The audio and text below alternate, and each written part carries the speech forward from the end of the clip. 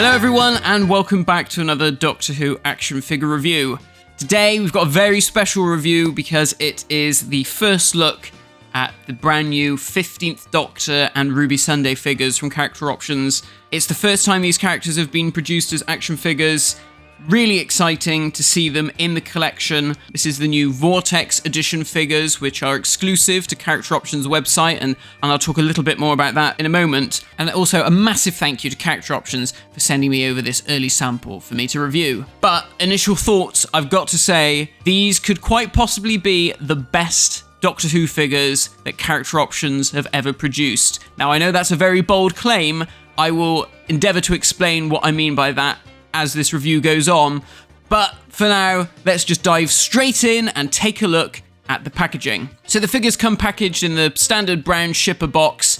Out of the brown shipper, we have this amazing slipcase packaging. So when this turned up, I had no idea what it was. I was completely blind, so I opened up the box, and to see this was just like, wow, what's going on here? So it harkens back to the Regeneration box set that came out a couple of years ago from 13th Doctor into the 14th Doctor in the stark white packaging with just the Doctor Who logo on the front. It's really classy, really lovely. But as you can see, this is like a slipcase, and then inside the slipcase you have two other boxes housing your 15th Doctor and also your Ruby Sunday figures. So if we take a look at the 15th Doctor to begin with, this is the new Vortex Edition collector boxes.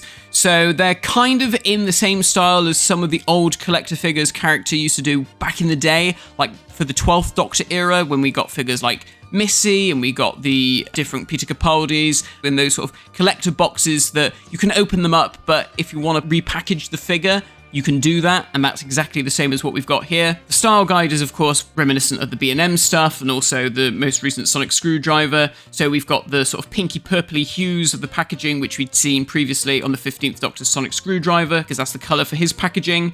But we've got all the usual stuff, like the white sections with the diamond logo, the TARDIS, the little diamond box out saying that this is Vortex Edition. Scale, it says that this is 15th Doctor era, and I really love the way that the packaging isn't just a straight rectangle. You've got the corners cut off here, and yeah, it looks really cool, really snazzy. And then around the back we get an image of the Doctor himself. We get a little explanation about Vortex Edition. So these are a new range of Gen 3 figures which feature a higher specification deco applied over base colour plastics for extra detail.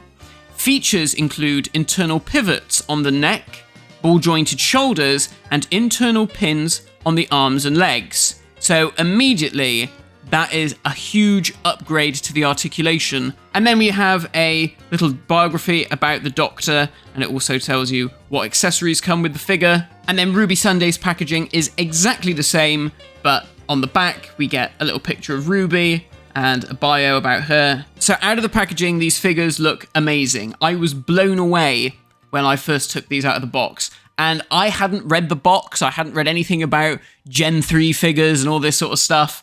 So when I took them out and noticed the big thing for me, which was, I mean, not only is the deco fantastic, I mean, just look at Ncuti Gatwa's coat. I mean, it looks amazing, and the face sculpt is superb. But the thing that really stood out for me immediately once I started fiddling around with these was they're pinless, which, if you're a big action figure collector like I am, you'll know that this is kind of a big deal in the action figure collector circles today. Some collectors of stuff like Marvel Legends and Star Wars Black Series, they get really funny if figures have pins in them now. A lot of Hasbro's stuff is starting to go pinless. So that is something that's really favoured by collectors because it looks a lot cleaner, something that companies like McFarlane still haven't quite gotten into. To see it here in the Doctor Who range is incredibly exciting because it just makes such a clean looking figure. These look fantastic. There has been something that I've seen in recent years on Twitter and stuff and collectors forums talking about the Character Options figures that perhaps they're starting to feel a bit more outdated compared to other figures on the market, like your Black Series and your Marvel Legends. And this feels very much like their way of tackling that criticism. Let's just start off with the 15th Doctor. We obviously saw these on display at Toy Fair, and honestly, those pictures did not do justice to having these in hand. This is insanely good. The sculpt, the likeness is fantastic. It's a dead ringer for Ncuti Gatwa. Beautifully sculpted. The new paint deco, as they said on the back of the box, it's using the paint accents on top of that base plastic, which just looks phenomenal. Really, really impressive, really cool, very realistic. One of the things that really made me go, wow, these are realistic, is when I was moving them around under my studio lights, the light, it shines through the back of his ears. And it's like, wow, that's like a real human being. It's crazy. So imagine that on a Christopher Eccleston figure. But yeah, really, really cool. You might be thinking, looking at these pictures, oh, he looks a bit shiny. The plastic looks a bit shiny. It really isn't like that in hand. It's just the harshness of my studio lights. The likeness is incredible. Absolutely incredible. Obviously, this figure is completely new. There are no shared parts with any previously existing figures because it's got this new Gen 3 body. Moving down to the coat, again, fantastic. The level of detail is very impressive. The texture of it, it's got that leathery texture sculpted into the PVC. All of the details have been picked up here. All of the seams, all of the smaller details of like the strap, the belt strap around the back, the belt buckle, that's been picked up with silver paint. And then it's got this lovely dark wash over the top, which really adds to the feel of the leather. It really brings out the texture and the sculpt, and all of the buttons and things have all been picked up as well in brown paint. There's even details around the cuffs. You can see all these little straps and belts around the cuffs, and he's got the epaulettes on the top, on the shoulders there with the buttons. Again, really, really amazing. He's got the smaller buttons there between the lapels. It's just phenomenal. Then looking at the torso, this is his outfit that he wore in his first story, The Church on Ruby Road, the Christmas special. He's got that zip-up knitted sweater with the orange and blue stripes. So it's like a darker base orange, and then you've got the lighter orange on top with the blue stripes as well. And then the zip has actually been finished off in silver. And then beneath that, there's his torso, which you can see all of the muscular definition that Ncuti Gatwa has because he's buff as anything, along with the necklaces that he wears. Again, all of which have been picked up with silver paint. Really, really lovely. No paint bleeds. It looks amazing. And just the feel of it, the quality of it feels so good. It really does feel like, the only comparison I can make is that it feels like a Star Wars Black Series figure. And I think that's definitely what Character Options were going for. And I think looking at the construction of this figure, the coat is obviously loose, that's a separate PVC piece, and then the jumper is a separate PVC piece that seems to be wrapped all the way around the back of the figure. I can't really get a photo of it, but if you look around the back, you can see that the back of his jumper's all been sculpted with creases and stuff. So I wouldn't be surprised if further down the line, we might end up seeing a coatless version of this figure, because it seems like you could easily take off the coat, do the deco on the back of the jumper, and then swap them out with new arms. So maybe that's something on the cards in the future. And then if we look at his hands, again, very detailed, all new sculpt. So he's got his hand in the usual sort of sonic screwdriver gripping hand, and he's got the more open palmed hand on the other side. Very reminiscent of the publicity images where Ncuti's like holding his hand out to the camera. Rings that have been sculpted on there, no paint bleed or anything like that. Very, very crisp. And then beneath that, we have his blue trousers. You can see there's some details here of like the buckles on the sides. These don't have any paint apps there, but they're sculpted in anyway. And then we move down to the legs. Again, really nicely done. All of the seams and stuff. Again, no pins in the knees, so the legs look so much smoother. I mean, I love the way that the trousers have been sculpted in such a way so that the joins seem to be hidden a lot more. It's that like little bit of overlap of plastic which just hides it, which is lovely. And I think there's a slight dark wash over the legs as well, just to bring out some of the definition of the sculpt there. And then as we move down to the trainers, very detailed with all the different colors, the red, the white, that sort of tan color on the logo, the darker sort of blackish blue on the front there, and even the soles are a lighter sort of tan color. Overall, in terms of the sculpt and the deco, absolutely amazing. Blown away. He looks phenomenal. If this is an indication of where the Doctor Who figures could be going, I'm all for it, because look at this. This is just fantastic. Now, I don't think we'll end up seeing stuff like classic Doctors done like this, because, so much tooling has already gone into those figures. But I'd be very interested to see if they return to the classic Doctors in this range in terms of like the deco. You know, even if it's still on the old bodies, it'd be very interesting to see maybe updated head sculpts if the budget's there for that. And especially with the extra accessories, which is something that this figure comes with. He comes with 3 accessories, which is, you know, unusual for a Doctor Who figure. Usually you just get the one, but because this is part of the new Vortex Edition, that collector's range, you're getting a bit more bang for your buck, so you get extra accessories. So obviously, the one accessory that he has to come with is his new sonic screwdriver. Again, this has been really well sculpted and finished at such a tiny scale. All of the details, you've got the metallic blue and the golds that are highlighted and accented. Looks really, really great, and that fits snugly into his right hand. He also comes with something that I'm sure collectors are thrilled to finally have in the 5.5-inch range, which is some psychic paper. Hooray!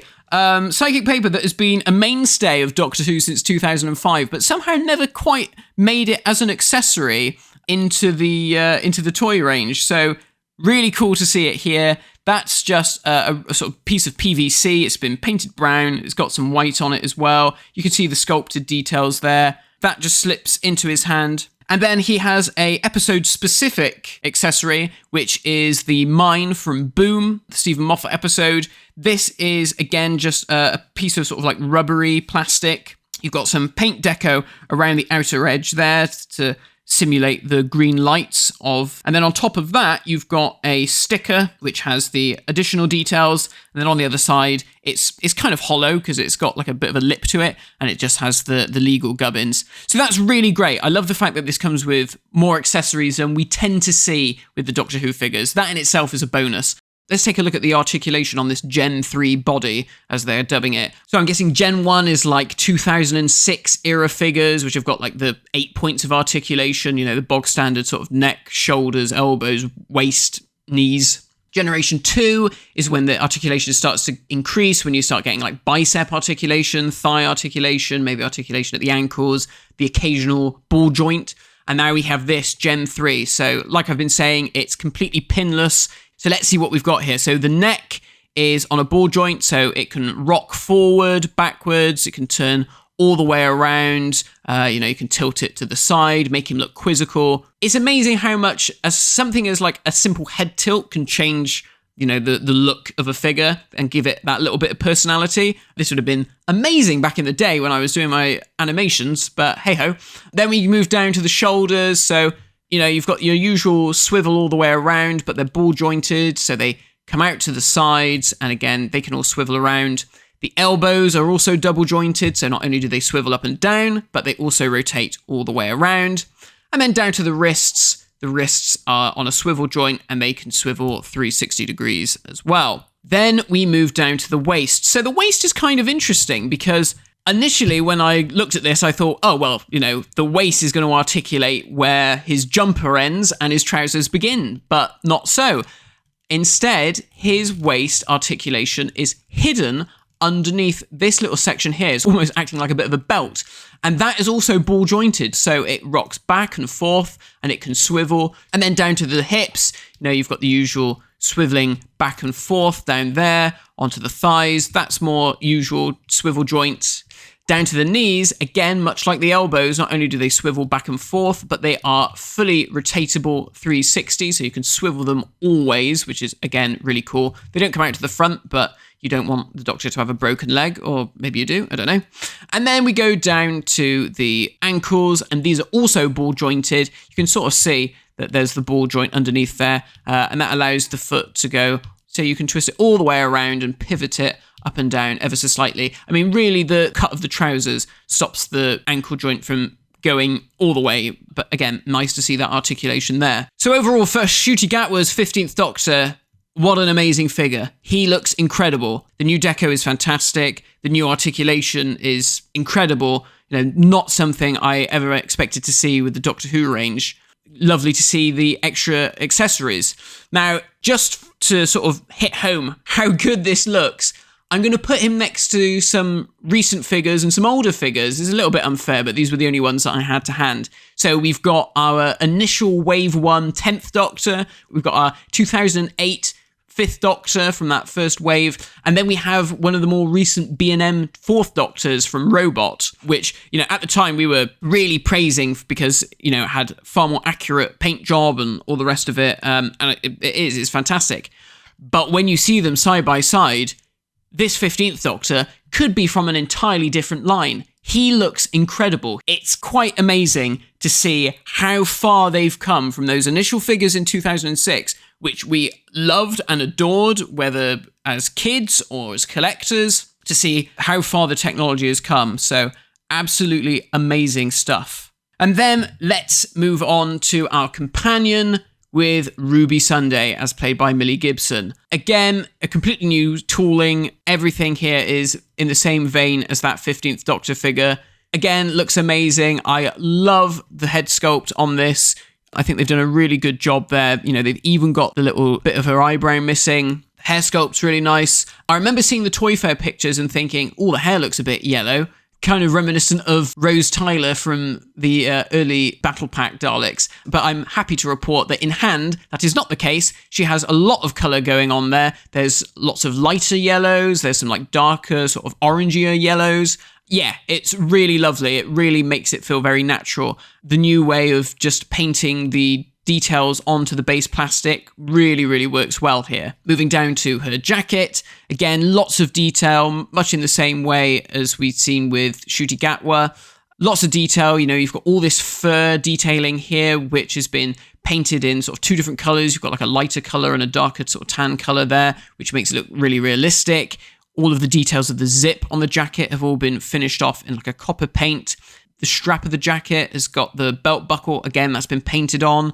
The little studs around the other side of the belt buckle. Again, those have been captured as well. You can see all the other details of the jacket captured in the sculpt. And all of the seams and creases look very natural. Again, no pins in the joints, so all of that stuff's hidden. Underneath, she's got the red sweater that she wears. Again, that's a base red plastic that has got a dark wash over the top, which gets into all of the ridges and brings out the texture of it. She's got a sort of silver necklace, or a couple of silver necklaces on as well. Those have been finished off in silver paint, and no bleeds or anything. It looks great. From what I can see, I'm interested to see how this is constructed, because it looks like the whole sort of neck section is separate to the torso in some way. And that red bit of the collar is painted compared to the torso, so that's interesting. Moving down to the wrists, you've got more of that fur on the cuffs. Again, matches the same paint apps as on the rest of the jacket. And then onto her hands. Her fingernails have been finished off in a dark, either black or burgundy colour paint. Hard to tell, really. It seems like burgundy on one hand and black on the other.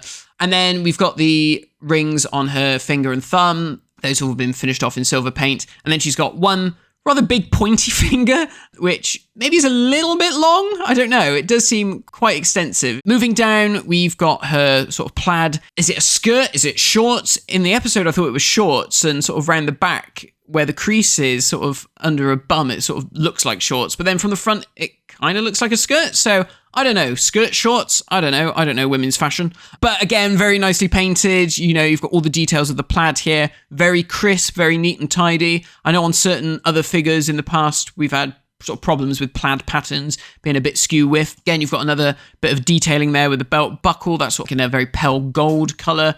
And you can sort of see that bit of base black plastic there between her torso and her skirt. That's, I guess, her tights. I don't know. And then down to the legs, she's got her tights on. So that's in a base colour, sort of like a brownish sort of grey colour. Again, no pins in the knee joints there. So that looks great. And then moving down to the boots, these are finished off in a glossy black plastic. Again, lots of details with the laces and things. More of the studs have been picked up here with silver paint, which looks great. You've even got the little straps at the back there. And then the soles are finished off in a brown paint. So Ruby looks great. Really, really lovely figure. Love the head sculpt. And, everything else is really, really well done. Like the Doctor, she comes with more than one accessory. So she has her handbag, which is a piece of rubbery plastic. It's sort of finished off an orangey red colour. You've got the gold buckle painted on there with the strap. And there's some extra paint apps there with some sort of dark patches painted on. And then she also comes with her phone, which, again, a very important accessory for Ruby Sunday, particularly with stories like 73 Yards. does seem like it's just a bit of rectangular plastic, but they actually have sort of sculpted in the screen and they've sculpted in the camera around the back. And that fits into her hand really well. You know, you can make it look like she's actually using her phone, taking selfies and stuff. Again, a lot of that comes with the fact that you've got this additional articulation, these ball joints and extra joints in the elbows and things, which really does give us a lot of extra dynamic posing. And so in terms of articulation, much like with the 15th Doctor figure, she's got the ball jointed head. It doesn't move quite as much because obviously she's got the longer hair. But again, you can sort of put her head in those sort of quizzical tilts and stuff, which I love. I think that's great. It makes her seem very curious. It fits her character very well.